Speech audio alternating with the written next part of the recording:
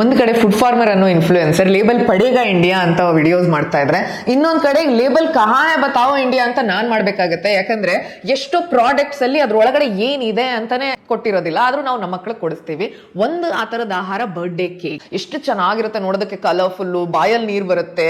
ಇದೆಲ್ಲ ಕ್ವಾಲಿಟೀಸ್ ಆ ಕೇಕ್ ಬರ್ಬೇಕು ಅಂದ್ರೆ ನ್ಯಾಚುರಲ್ ಆಗಂತೂ ಸಾಧ್ಯ ಇಲ್ಲ. ಈ ಕೆಮಿಕಲ್ ಯಾವ್ಯಾವು, ಸಿಂಥೆಟಿಕ್ ಶುಗರ್ ಏನಾಗುತ್ತೆ, ಇದರಿಂದ ವೆಯ್ಟ್ ಗೇನ್ ಆಗುತ್ತೆ, ಡಯಾಬಿಟೀಸ್ ಬರುತ್ತೆ, food colouring, allergy, hyper activity ಆಗ್ಬೋದು, ಆಡಿಟಿವ್ಸ್, ಪ್ರಿಸರ್ವೇಟಿವ್ಸ್ ಇಂದ ಗಟ್ ಹೆಲ್ತ್, ಡೈಜೆಸ್ಟಿವ್ ಇಶ್ಯೂಸ್ ಆಗ್ಬೋದು, ಹೈ ಕ್ಯಾಲರಿ ಕೌಂಟ್ ಇರೋದ್ರಿಂದ ಒಬೇಸಿಟಿ, ಬೊಜ್ಜುತನ, ಜಾಯಿಂಟ್ ಇಶ್ಯೂ, ಪೊಟೆನ್ಶಿಯಲ್ ಅಲರ್ಜನ್ಸ್, ಇವು ಅಲರ್ಜಿಕ್ ರಿಯಾಕ್ಷನ್ ಕೂಡ ಆಗ್ಬಹುದು.